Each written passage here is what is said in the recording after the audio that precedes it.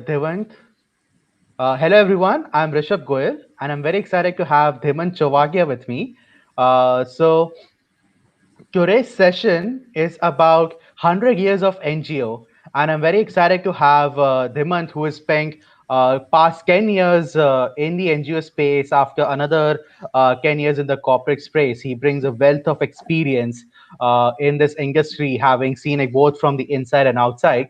And currently is the founder of Dhriti Communications, which helps different NGOs with their communication strategies so that they can effectively expand their impact and also fundraise with a larger number of entities. So, Dhimant, welcome to the show. Thank you for having me. I'm really excited to be a part of this discussion. It's a very good day today, Republic Day, and thank you, Rishabh, for calling me on this. Thank you. So it is the 72nd Republic Day. And on that note, we both were discussing, NGOs and uh, uh, its history and evolution in India. I came across this interesting fact that the first official organized and the word organized is very important. Organized society was actually the Servants of India, which was established by Mr. Gopal Krishna Gokhale, who was a mentor for Gandhiji. So it was established back in 1905, so 115 years back in the day, and they were the first ones who made a conscious decision to collectively come together and root out some of the common social evils as well as improve the lives of the marginalized. So that's where I think the conversation with Dimant and I happened offline. And then he was telling me a lot about, actually the evolution and history of NGO stars way before from there, from pre-19th century. So yeah, I would love to hear more on that. So, what we call NGO today, and the full form is non-government organization, which is very interesting because the reason NGOs started in India was because the government was not able to do the welfare activities as much as the need was. And therefore, the organizations that worked for the welfare of people on ground but were not backed by the government were actually called non-government organizations and therefore NGOs. So that's sort of a terminology thing that I would like to start with. But in general, social development or anything to do with human development is something that has been a lifelong pursuit for a lot of people, not just in the 19th century, but even before that. However, if we look at the history of India, we know that there were a lot of social reformers that we read about when we are getting educated. We have heard of the greats like Raja Ram Mohan Roy, who did a lot of work in the eastern part of India. We have heard about Vinoba Bhave, slightly closer to the independence movement, somebody who encouraged a lot of zamindars to give up their land for farming and cultivation to the poor. We heard about Mahatma Phule, the Phules, who did exemplary work in the space of women empowerment and education. All of these people were Samaj Sevaks, if I may. So it was more like serving the society. It was one person or one soul who was so dedicated to social development that they gave up their life, they gave up their profession if they had one, and dedicated themselves to the cause of society. That's sort of the root of the social development movement in India. This happened, let's say, about from 19th century to the earlier 20th century, where you were talking about the first official NGO that was registered in India. So that's about 1905. Yep. Now, as we came into the 20th century, two things happened.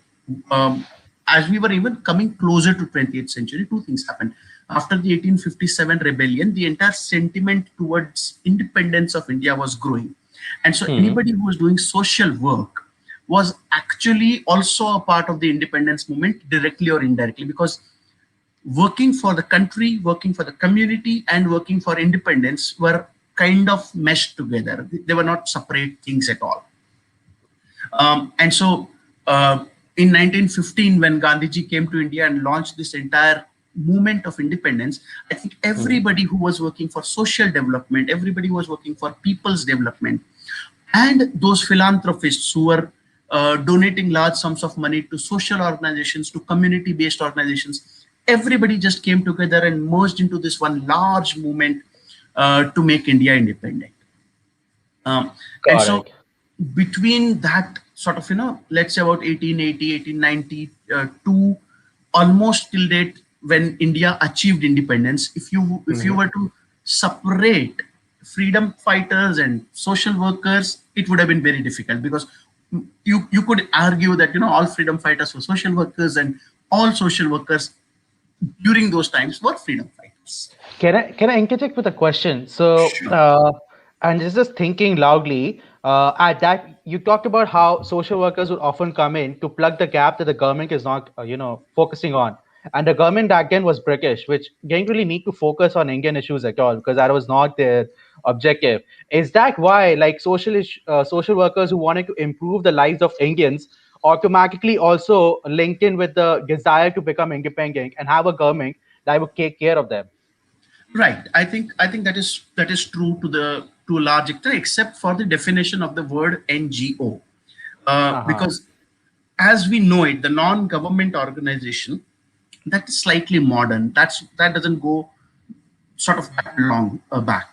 However, rest of everything you said is kind of spot on, because for the British government, development of Indians might not have been their number one priority, and therefore Mhm. Indians needed to stand up for Indians, and so everybody was doing that kind of social work. Everybody was involved in the movement of independence, and by that definition, in fact, I remember a great quote by Gandhiji, when somebody had asked him that they are not able to take part in the independent movement.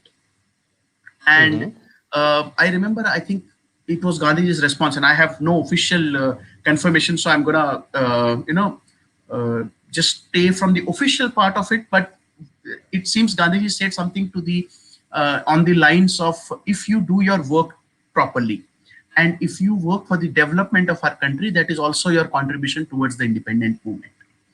Hmm. Okay. Swaraj. Now, right, yeah. So I'm not going to, sort of officialize this, because I think somewhere when I was hearing Rahul Dravid quote a journalist, he said, "Why let facts come in the way of a good story?" So this Yeah, yeah. definitely sounds like a very good thing. So even if it's not factual, if somebody has quoted him or not, I think that's a good thing. That anybody who was working, even doing their own job, own business, own work, as long as they were working towards the development of India, they were Hmm. part of the independence movement. Yeah, okay. Right. Completely agree there. Right. So from there we move on to the sort of post-independence India and look at the history of what happened there.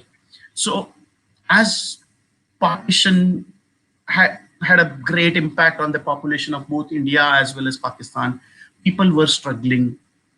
India, as an independent young country, did not have enough resources, both economical, uh, or sort of, did not have too much of a wherewithal across the country, across the world as well. And so help poured in from various places, um, both in terms of financial as well as social. And the social help that arrived in India in the 50s and the 60s was the international NGOs setting up their offices and their impact works in India. So you hear all the great stories of the uh, implementing agencies and international NGOs like Oxfams of the world, Site Savers of the world, all of them descended on Indian soil between the 60s and 70s period, where we needed a lot of international support to. So let me ask a question there. I'm going to link to something you mentioned earlier, which is where you talk about how people would, renounce everything that they had. They are often very influential people, successful, wealthy people like Raja Ram Mohan Roy and others. They would renounce everything in pursuit of doing social good. Uh, and what's the motivation? Because I also want to like link it to the current statement you're talking about how international agencies came to India and want to do good for India because they are not really from India. There's no skin in the game for them, if I can say that phrase. There's no real interest for them to improve India when back in the 20th century, you had many other regions that also needed support and they perhaps needed support in their own countries recovering from the World War. So Right. what is that Uh, thing which really, gets them going? What is like what's the seed of altruism? Let me summarize it. Right. So maybe yes, but there are a lot of other reasons as well. See, when you look at world as a community, uh, you can achieve true world peace only when all countries are on the path of development. If there is one country, two countries, or even 10 countries left behind, then you have conflict. Because if I am not prosperous, I will have a conflict kind of a mindset as well. So most of these wealthy countries realized in both ways. One, that they wanted to empower every nation, every developing nation, because that also meant that it opened up markets for their own businesses. So think of India of 60s and think of India of 2010, let's say, right? How many international companies want to set shop in India, given our demographic dividend, given that we have this huge middle class that is now having a strong purchase power. And so their businesses, American businesses, European businesses are also benefiting from that investment that they made in the 50s and the 60s. So any country, if it progresses, it means one, progress for the whole world as a community, but it also Hmm. means progress and sort of skin in the game for the giver as well. In fact, there is a Okay. separate argument that the giver gets more than the taker, but I'm not going to go on that today. Yeah, I think let's reserve that for later. I also have a separate argument. There's a Greek philosopher called Thucydides, Mhm. which basically talks about how most of the conflicts are actually between the established power and the growing power. So you like that happened with Athens and Sparta. Athens was established power. Sparta was a growing power, so they went into conflict. It happened with Germany and UK and the cause of World War One. And again, we might see it with US and China. Yeah, but I think there's a lot to discuss. So let's keep it for another Sure, edition. Uh, sure. yeah. So let's move a little ahead now to the 70s, 80s, and the 90s, and sort of touch the new century. This is where the professional social development space grew in India. From Hmm. the Joladhari social worker, you suddenly had organizations that employed people like you and me to work for them. And what were they working on? On social development. It was almost like you are solving the problem of the society and getting paid for it. And this was a new thing. This wasn't very easy. In fact, if I go back to my own home, I worked for Nandi Foundation, which is one of India's largest NGOs in 2000. And Hmm. when I told what was my salary to my mother, I remember the shock on her face. And she said, "Aren't you doing Seva ka kaam?" And I said, "Of course, yes. What my organization does is Seva ka kaam, but I'm a professional fundraiser employed by them." And she said, "For an organization that is doing Seva ka kaam, you should not be taking this kind of a salary." So, so Okay. that was the mindset that a social worker is a Joladhari guy. But that Yeah. mindset over the 80s and the 90s sort of changed as more and more NGOs became professional, more and more societies became professional.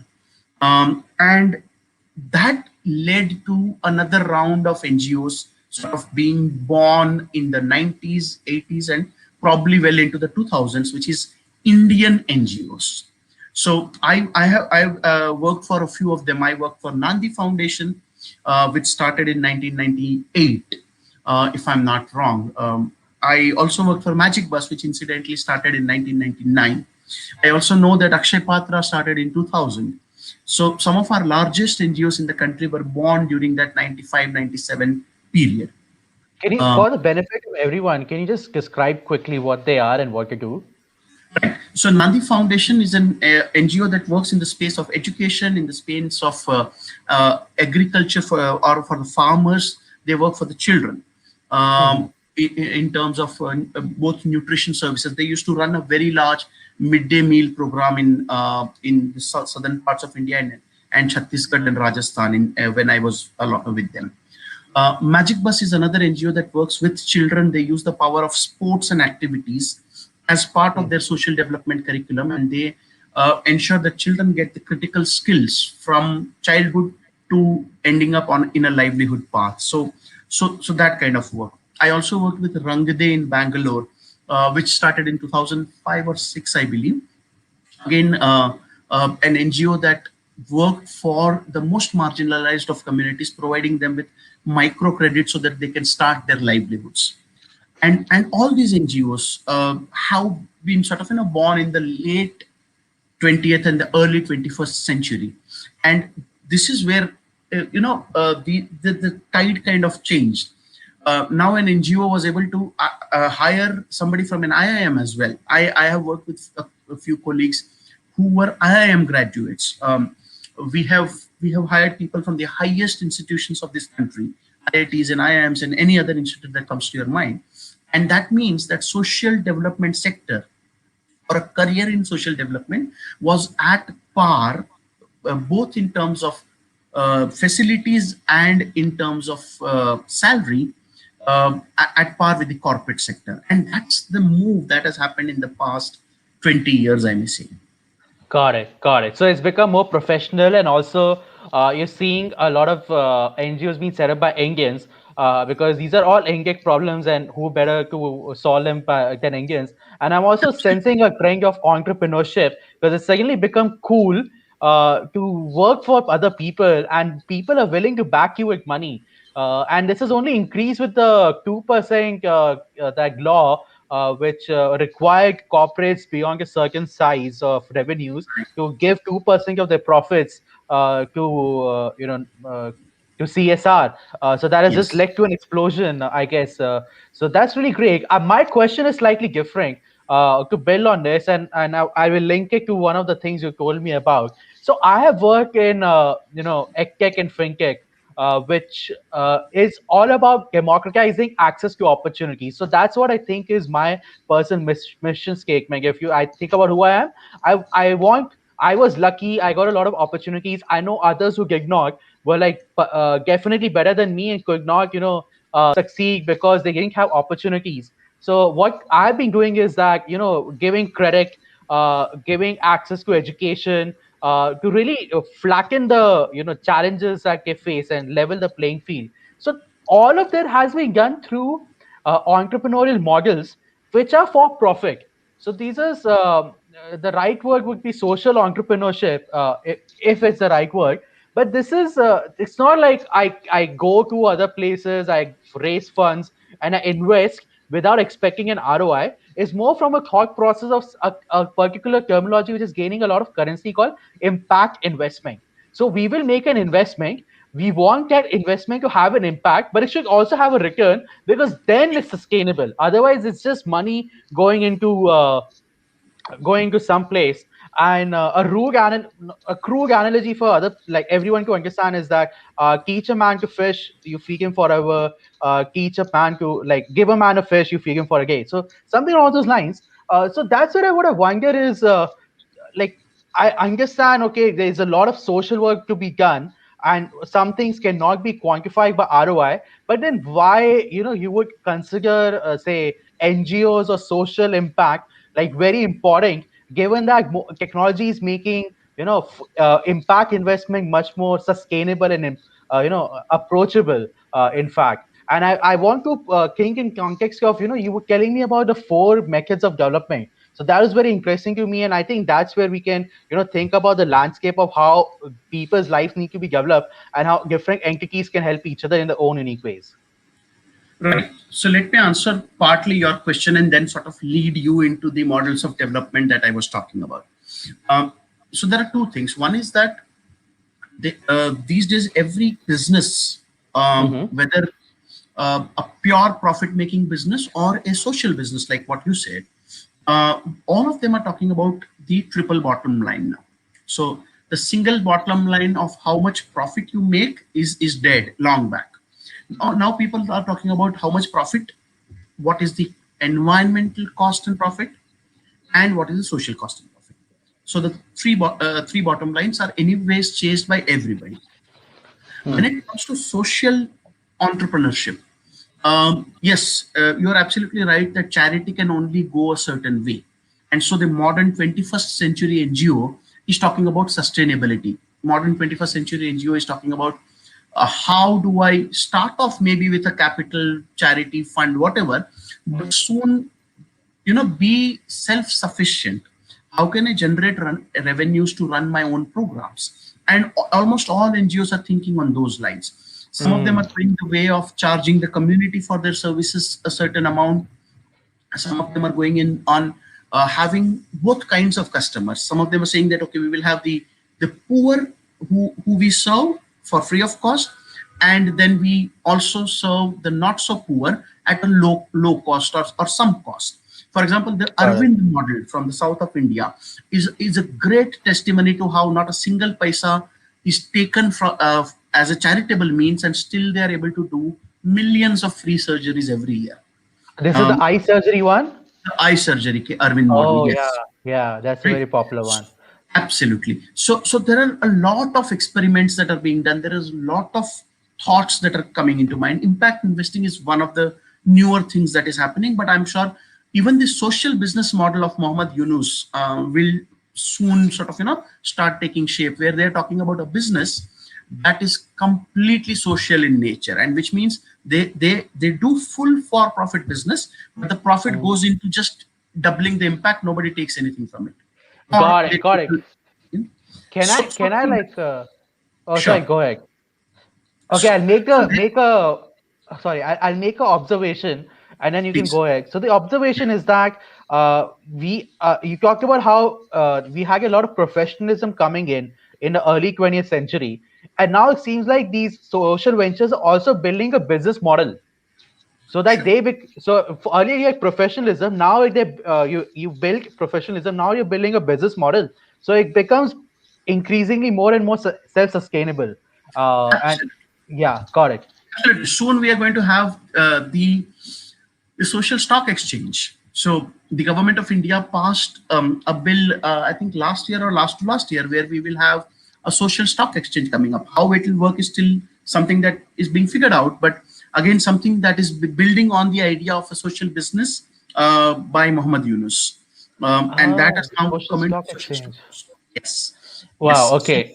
yeah, so Okay. that's the new idea, that's the new thing that is coming. Let me Okay. drive you to the models of development, just to Uh-huh. understand that not all businesses or not all social causes need to think like businesses, because there are certain causes that need a certain different approach. Mm-hmm. So we have in general four kinds of models of development, where somebody is implementing anything that to do with a cause, and there is a funding that is involved. So one of the simplest one, and probably the oldest one, is a cause run philanthropist funded model. This is a model where all your community organizations, all your religious organizations, all your philanthropic organizations work. They have a backer, they have a philanthropist, they have somebody who's rich enough to give them the money, and Mm-hmm. then they just work on a cause. So they don't need to go outside to raise money.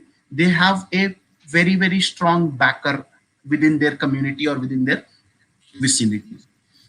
So that's one model. All your sanstha's, all your dharamshalas, or your ashrams, a lot of philanthropist back work that communities and religious groups run are based on this model, and there is a place for this model in our society. Got it. There is a second model, which is Mm-hmm. volunteer run and people funded. Mm-hmm.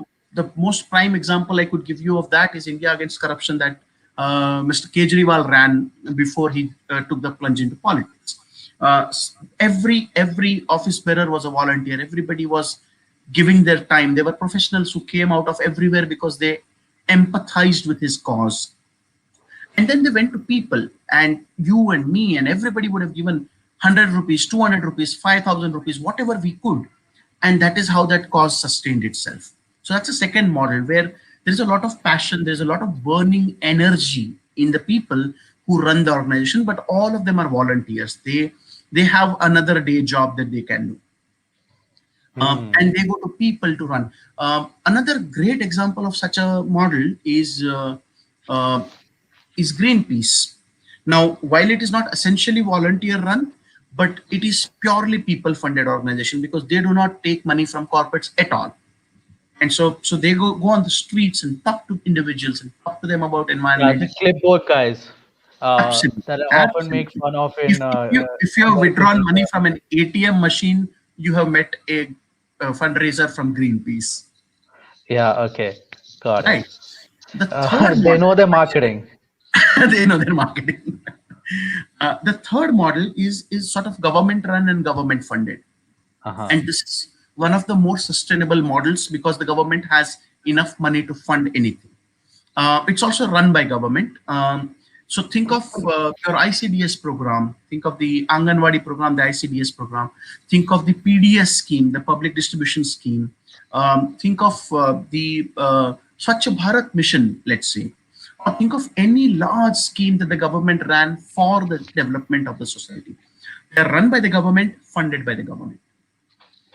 And the last model that is now, like I said, becoming more and more popular in the social development space is the professionally run, institutionally funded model, where Hmm. everybody is an employee. There is no boss or there is no owner of the organization. It's a professional organization and it is funded by professional agencies, whether they are international funding agencies or whether they're corporate CSR from India itself.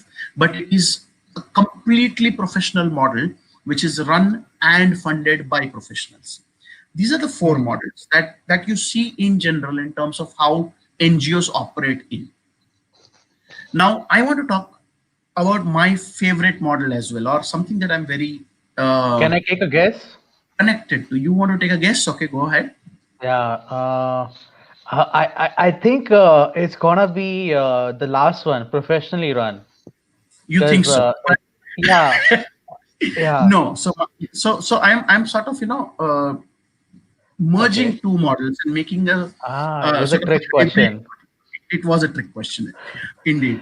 So let I me asked ask you myself a one more trick question. question. Oh my God. Right. But let me ask you one question before I reveal my sort of go-to model for development. Correct. How many NGOs do you think are there in India at this stage? Oh God, I wish I had done some research. I know that there were a lot more, and then some of them had to shut shop or leave because of something had happened, and I don't know if we'll have time in this podcast to discuss that. But I'll go with a rough number of 40,000.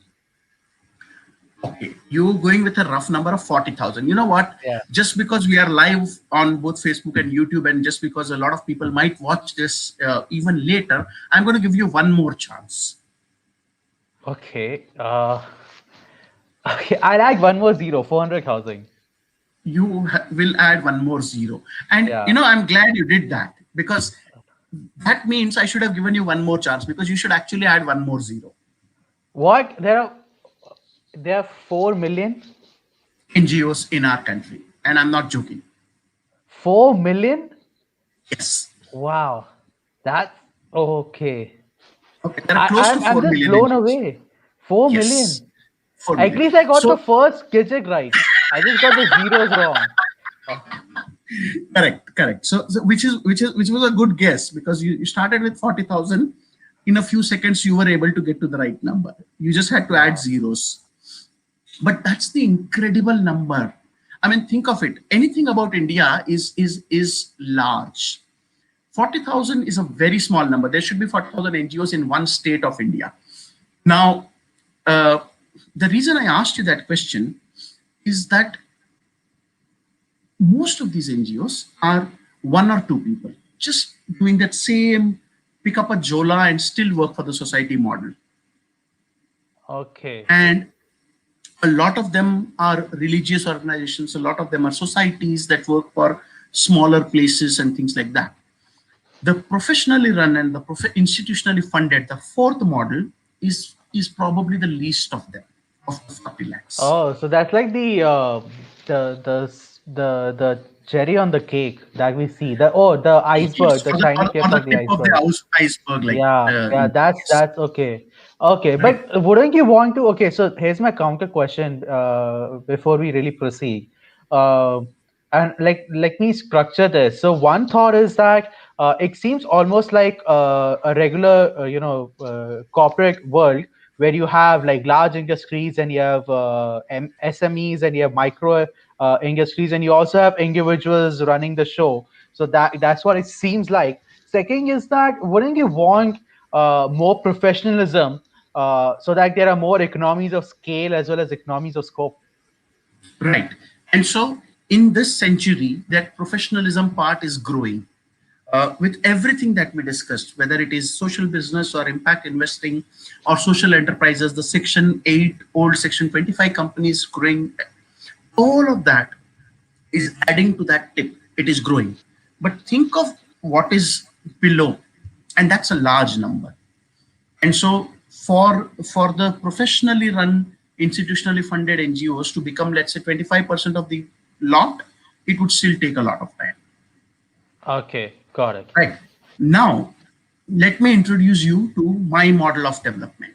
Yes. And this is where I'm saying that we are going to have the so before I introduce the model, let me tell you a small functionality detail, which is that in functioning of any cause, there are three elements. One is funding, one is Mm-hmm. implementing, and the third is monitoring. Funding, Meaning, implementing, monitoring. correct. So meaning there is somebody who funds, somebody who uses that money for development, and then somebody who checks that everything is being done professionally and in the spirit that it was intended for. Now, a lot of times what happens is that the one who is funding is also implementing, except in the case of Okay. a institutionally professionally run, institutionally funded NGO. Most of the times, this is the case where the funder is also running the cause, and that Implementing. is where, especially in the government services, where I said the government funded, government run Yes. sector, right? And that is where I want to sort of introduce a sort of a hybrid model, where the government funds all social development in the country. However, all social development is run by NGOs, and then the Okay. government must monitor it. Uh, Okay. this will eliminate the need of fundraising for any NGO, because government is servopari, it has all the money to develop the country. However, the problem starts when the government who is investing also starts implementing and then monitoring. So if I am the Okay. government and if I am implementing something and I have to monitor myself, at the end of 5 years, I will say I've done an awesome job. It's normal for me to say that. Yeah, of course, there's no checks and balances. There's no Uh, checks and balances. but let me also think on this framework in a slightly different model. So you have broken the system into three bits. I love that. Um, Right. I would love to know, and I think you've already answered, which are the best ones for each of those three, uh, that get broken down, like in the funders, the implementers, and the monitors, and why they're the best. So for like the funders, you said the government because they have as much money as possible. Uh, Right. I mean, they can always bring more money. They printed like what 25% of all money in 2020. Even if they don't print, they can tax people more, and then Yeah, that's they how can they can make. tax, but yeah, but and they can always implement laws which requires the private sector to also pitch in. So Correct. that I understand. And in the implementation and monitoring, I would love to get deeper. And you please pick up your examples when you work with NGOs, why they are perhaps best, or which is the best in implementing monitoring. Right. Now, given that I have worked with a few NGOs and given that I currently work with about 20 plus NGOs in my capacity as the founder of Dhriti Communications, I am not going to risk saying which one is the best, because that will open a big can of worms. No, but no, I'm not However, saying a specific NGO. You did say that the right, implementation should happen from NGOs, right? So, exactly, and I'm saying any NGO. any NGO, yeah, that I completely understand. I'm not asking you to pick a specific NGO, but Right. obviously, government I understand because bureaucracy, and we've all suffered through Sure, it, sure. unfortunately. But you also have, what are the other alternatives? Is it just government and NGO, or is there a third entity that can also come in and do the job of implementation better? And that goes back to my previous question about social entrepreneurship, where instead of giving money for implementation, you build a venture capital fund which invest companies which are more about okay, instead of these people. A good example actually would be in Humayun's tomb. Mhm. They When Aga Khan Foundation, they revamped the whole Humayun's tomb. Yes. They also wanted to revamp the nearby slums, near the that what is that place with the famous uh, there's a famous musical thing that happens there. It's a Hazrat Nizamuddin, I think, Right. that That's a area. famous Yeah, railway station in Delhi, if I'm not wrong. yeah, it's named after that place. Okay, so Right. apologies for not having a fresh memory, but and like they make a point to invest money into local enterprises there, and actually a lot of them started selling souvenirs and building an economy around the Humayun's tomb, which was Correct. self-sustainable. So it was actually investing not into NGOs as well, but also into businesses that could sustain them for a long time. Correct. So these are ideas. These are ideas that have been piloted in smaller scales across the country, and most of them have not broken through the critical sustainability barriers. Despite meeting success on a sort of a ghetto kind of a space, most of these ideas have not made it national. And that is one of the challenges of sustaining any cause. As long as you work with the community very, very passionately, you might be able to drive some change and show some sustainable results within that community. The moment you take that up, the scalability and the replicability, these are the biggest challenges for any cause. And which is why I'm still sort of going with my model where I say that because the government is able to fund any kind of cause across the country, and when the government funds the cause, it also markets the cause, which is very, very critical. I mean, think of Swachh Of Bharat course. mission for as an example, right? When the Hmm. prime minister gave that clarion call, everybody stood up and said, I want to make toilets. You had Mr. Ambani, Mr. Tendulkar, you had every single celebrity worth their weight sweeping the streets, and it just became a movement. And so, when the government puts its might behind any cause, it is more likely to succeed than anything else. The challenge is when government implements it as well and monitors it as well. So, what I am proposing is once government has bought into a cause, it funds it to the T, but it lets professional NGOs. And when I'm saying NGOs, don't think of this as only charitable organizations. Hmm. Think of this as any organization that has a social bent of mind. So your social businesses, your social enterprises, all of them are part of the same sort of package, sort of termed in general as NGOs by me. And Got it. these are the organizations that will implement that. And the government, because it is their money, will monitor it. And government does a very good monitoring job, I must say. Okay, yeah. Tell me more. Like, I find it slightly hard to believe. So, tell me more. So when government has to monitor itself, there is a separate standard. But if the government has to monitor an external agency, they do a fantastic job at it. Do you have any example that you can share? So, so I can go back and think of my time with organizations where government grants were received. For example, one of the craziest example I can give you is when Nandi Foundation used to run midday meal kitchens. So Hmm. this is something that the government was supposed to do, and they had outsourced it to Nandi Foundation. Ah, So okay.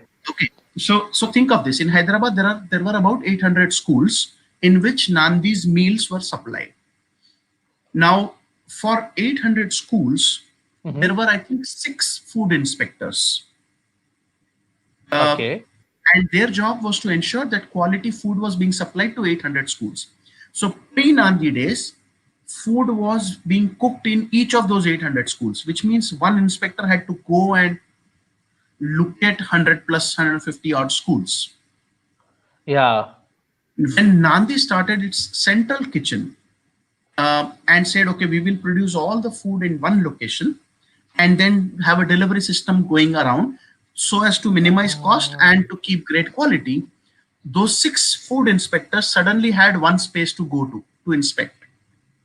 Yeah, they can just show like once a week. They Yeah. came daily, they came every single day. All six of them. No, so luckily not all six of them, but Yeah, they can do a basically, rotation, right? One person exactly. comes, one teaches, one And again, five days every starts. single shift, of Nadi's food kitchen was being inspected. Ah, So think okay. of the monitoring power that they suddenly got because of somebody's scalable idea. Yeah, And okay. and So this is, that's what I love. Go yeah. ahead, go ahead.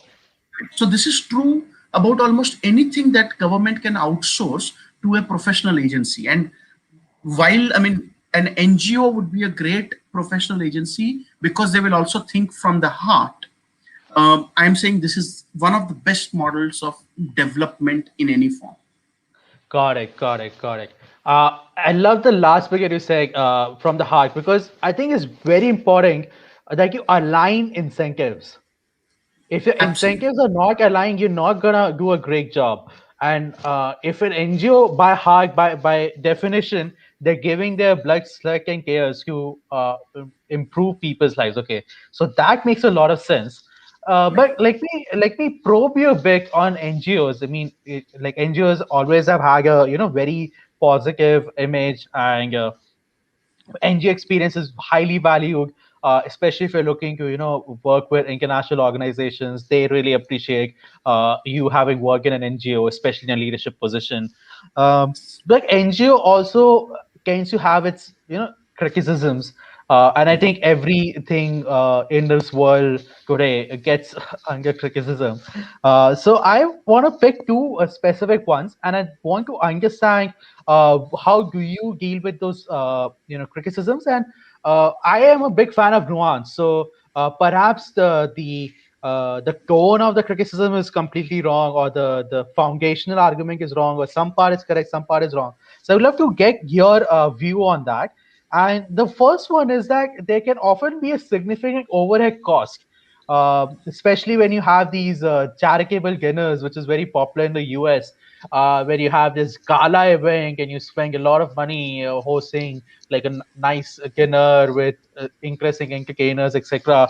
And you actually end up spending way too much money. I mean, it's always justified saying you would have not attracted any donations from wealthy people, so it kind of balances out. But there is some level of overheads, so that's one. And if there's a way NGO can reduce it, is it in fact, is it in the best interest of the NGO to reduce overheads or not? Because that might lead to you compromising the quality of the professionals in the organization. So there's a lot of nuance there. Let's discuss this, and I'll get to the next pick.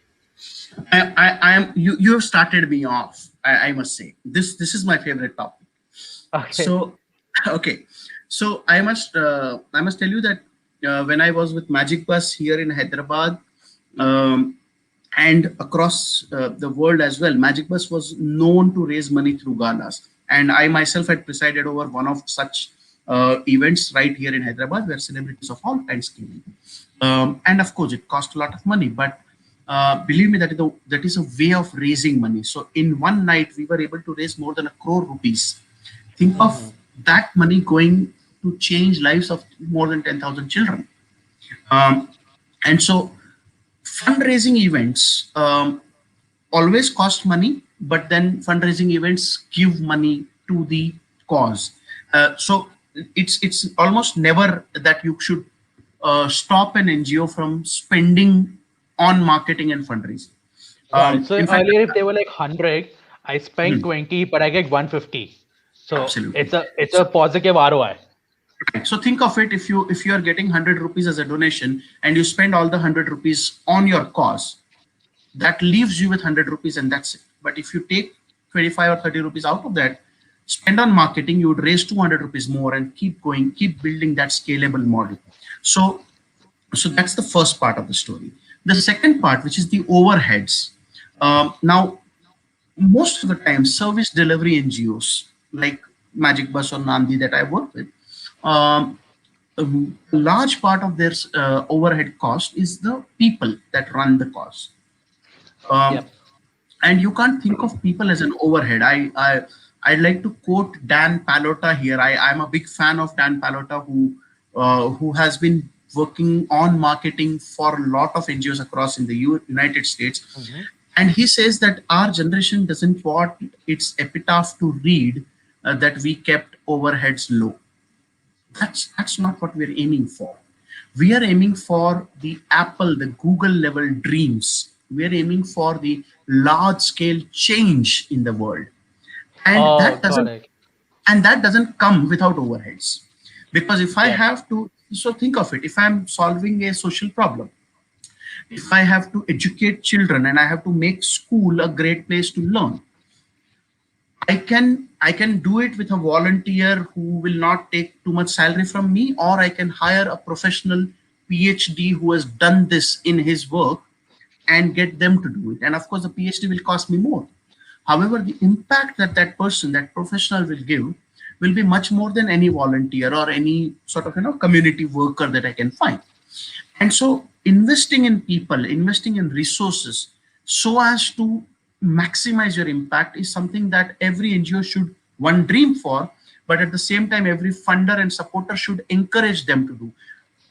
Sometimes the culture in our country is to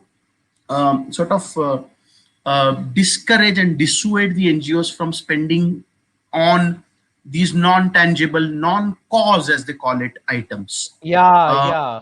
I right? agree. I've seen a lot of it. Yes, but people, technology, systems, processes, these are great things to invest for an NGO because they will ultimately give a great result in terms of the cause.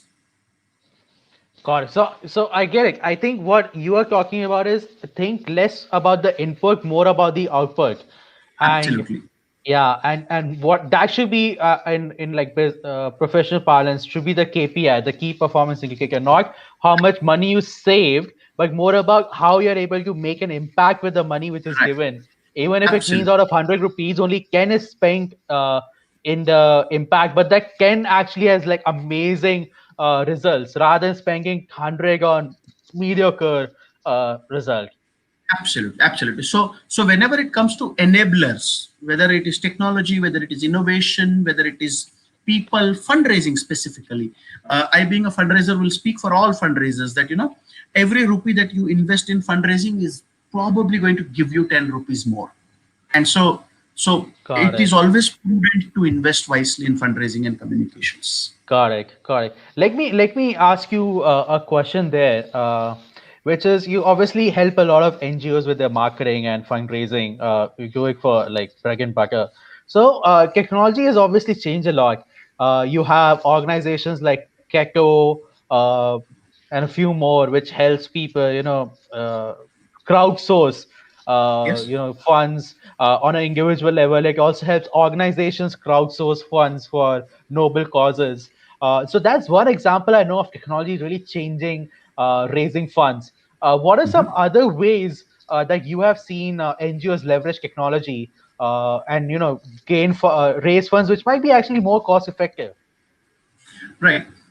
So, of course, like you said, Keto and Millup and a lot of such platforms that are crowdfunding platforms have come in, and they are already playing their part. However, internet in general and social media in particular itself is a great breakthrough.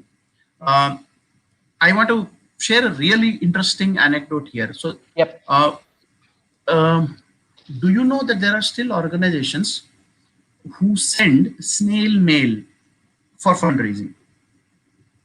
I actually I think that's a very smart strategy. Um, Right? uh, yeah, because I have done it in my professional career. We because we were looking to raise money from impact investors, and then we created handcrafted, beautiful letters, and we sent it to snail mail, and it worked pretty well. It's a Absolutely. novelty. Uh, Right. But not just that kind of customization, even a regular snail mail coming into your house saying, here is a cause and help it. A lot of organizations are still sending millions of snail mails on a daily basis. Million in India. In India, now, Wow. similarly, there is retail processes, telephone processes, face-to-face processes. We spoke about how Greenpeace works.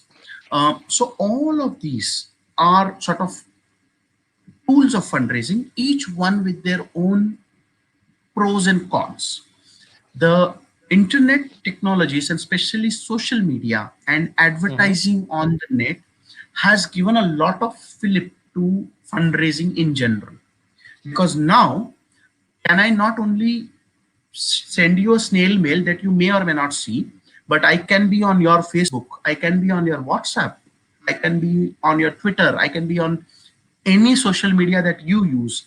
I can target you by your age, by your profession, by your interests in social development and things like Yep. that. So all of those, the power of technology is helping NGOs raise lots of money.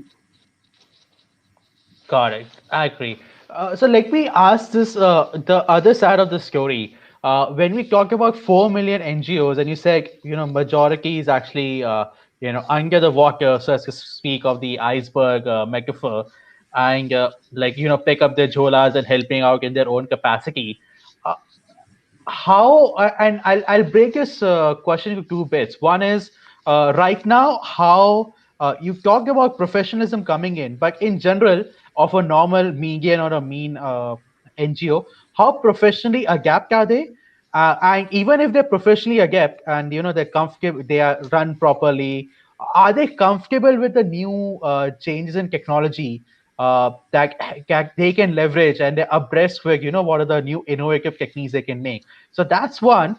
And the other is also plugging into how can we make, or is perhaps already working in an NGO an attractive career option for many young people who are looking to build a career?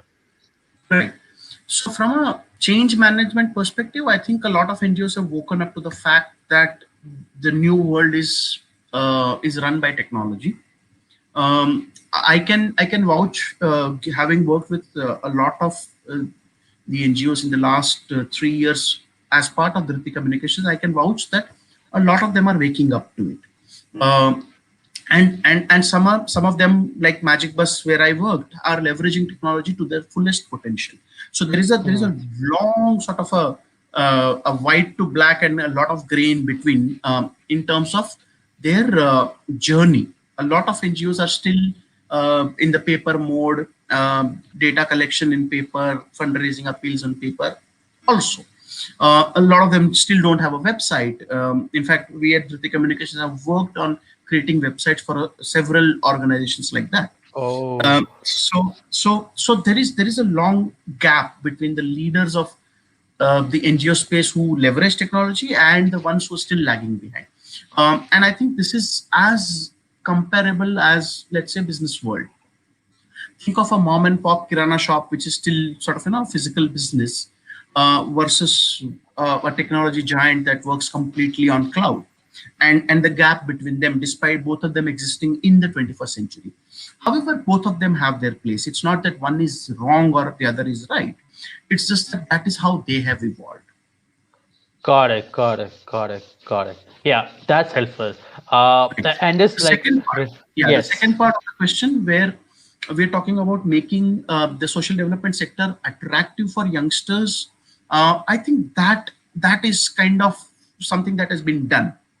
Uh, the only piece that was holding was the income. So if I am, Hmm. passing out of a premier institute, and if I join, let's say, an Airtel or a Reliance or a Mahindra, versus if I join a Nandi or a Rangde or a Magic Bus, how different is my pay? And 30 years back, it was vastly different. And so you had to have that passion for social development in your heart to switch to this side. Got it. Today, that has come pretty close. So, I mean, I think the last bit, that was the pay structure, which has now come so much comparable that now joining an NGO is not only a hard decision; it's also a very prudent economic decision, because you're doing some really good work and also making sort of career out of it. Yeah, yeah, I agree, and I might also add for any of our viewers who are aspiring to or thinking about their career plans. Think about income not just now or tomorrow, but also in the future. And one of the best ways to increase your future income is to get a lot of really good experiences right now, so that you quickly become a leader. And one of the best ways is to work in an NGO, because you will be working with some really passionate people on some really eh, big problems to solve, and you may not have as many resources that a typical corporate company would have, so you'll have to do everything on your own.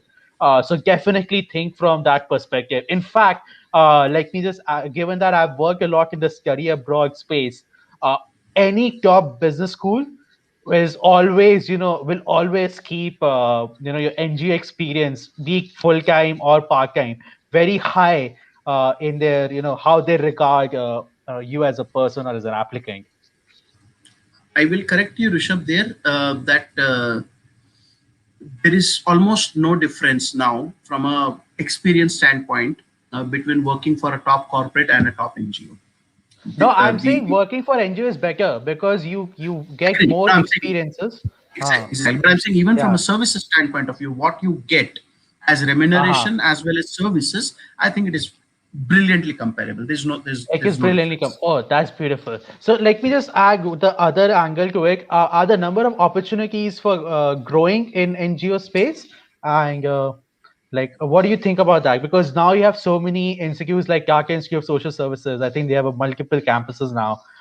You have Asim Premji Institute, University, and a lot of universities. I was very surprised to learn which are dedicated only to a social sector. That just Absolutely. was very astounding to see the amount of professionalism coming to the segment. Yes. So yeah, Yes. I feel we have a good supply of people who are coming out, and the jobs that are there, as you confirm that pay really well, and there's no differential in terms of income. But are there enough jobs in this professional side of the NGO space? There is, and it's growing rapidly. Given that the CSR law has been implemented in 2014, has also opened up the market.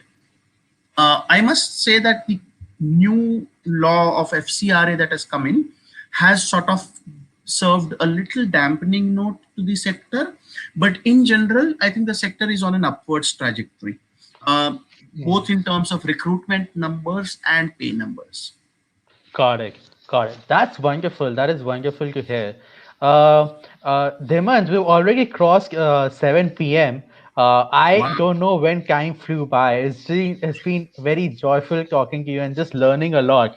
Uh, I think we covered a lot of topics and many more that came to our mind, which I would love to explore at a future time. But do you have any closing remarks that you would like to leave for our viewers? I want to just leave the viewers with two things. Hmm. One is that social development should not be an off activity for anybody. Everybody can get involved in social development, even if you don't work for an NGO.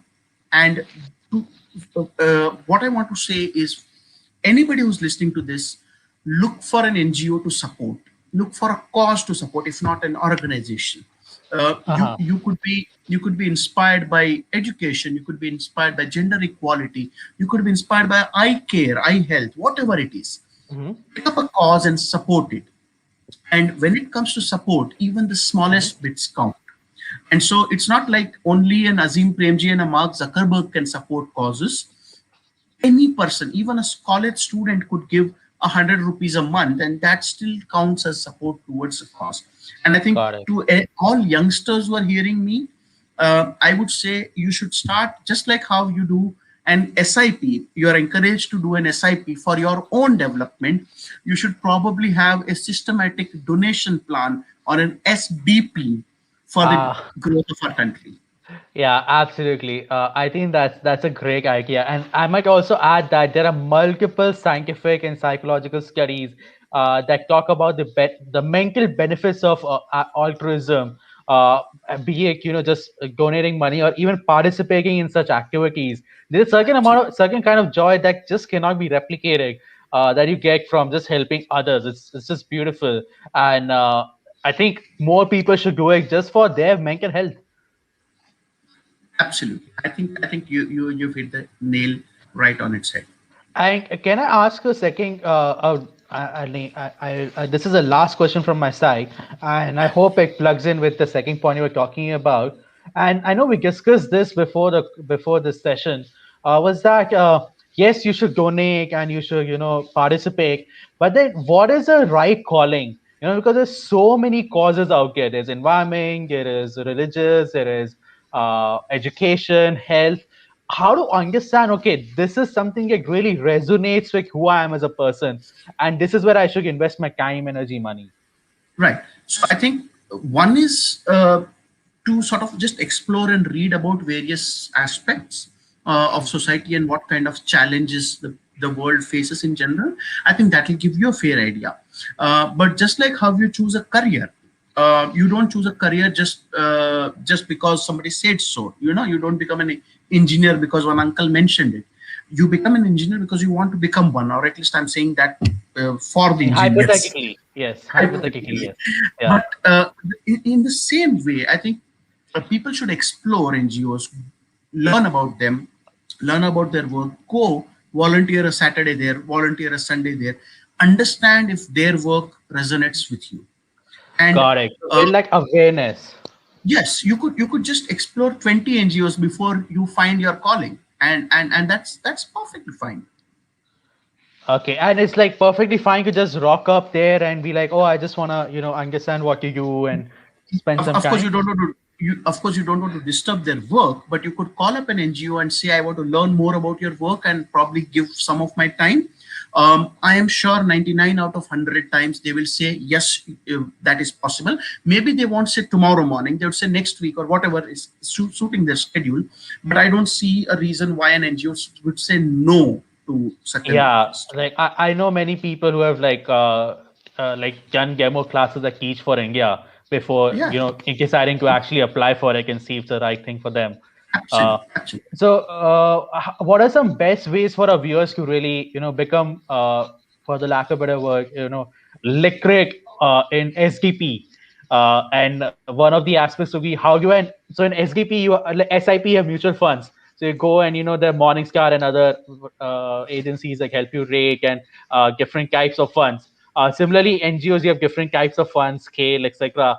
Where can I go to really get to know all of these NGOs and their contact? So there are two three places. One is you could go to spaces like the Better India or Your Story, because these are platforms that have been known to share information about the social development space through stories. So small blogs. Medium is another such platform. um, if you want to specifically look for an NGO in your area geographically, or in a domain area, you could go to Niti Aayog's website. Niti Aayog has the Uh-huh. database of almost all NGOs in the country, and you can 4 million. search. Yes, I think a little less than 4 million, because these are NGOs that are registered to receive Ah, funds okay, from the yeah, yeah. government. A lot of the one, two agencies would not do the Yeah. formal registration. So they are formally registered, but they're not registered to receive money from the government. Niti Aayog has this list where they are registered to receive money from the government, and so Okay, right. So thousands of NGOs there, and you could put your state, you could put your city, and give a search and find a lot of NGOs. Call got them, it. learn about them. Most of them have a website these days, thanks to efforts like mine. Uh, Yes. just If boasting. you are an NGO and looking to, expand your marketing efforts, definitely do connect with him. And like I've been consistently blown in today's conversation just by his knowledge and his experience, as well as his ability to think nuance with some complicated topics. Yeah, thank you so much, Dhiman, for joining in. Thank you for sharing your thoughts. I'll just leave you for the last 30 seconds to share any concluding remarks if you have any. I think I've already shared everything. I just want to wish all the viewers a happy Republic Day. Today, I feel really proud to be an Indian. Not that I don't feel proud to be an Indian on the other 365 days, but today I'm wearing the National War Memorial T-shirt as well, Ah, because I wanted to sort of uh, bathe in the flavor of Republic Day. This is the same place where the Prime Minister went this morning and saluted our martyrs, and paid homage on behalf of our entire country. And I think I'm very proud to have witnessed that this morning. And so yeah, to everybody, a happy Republic Day. happy Republic Day, everyone, and they will keep doing the amazing work. And we will just build your SGP now. That would be the biggest takeaway. Like build That's the your last SGP. takeaway. Your Yeah. SGP. All right. Thank you so much for joining in. And yeah, thanks everyone. Take care. Thank you so much. Take care. Bye.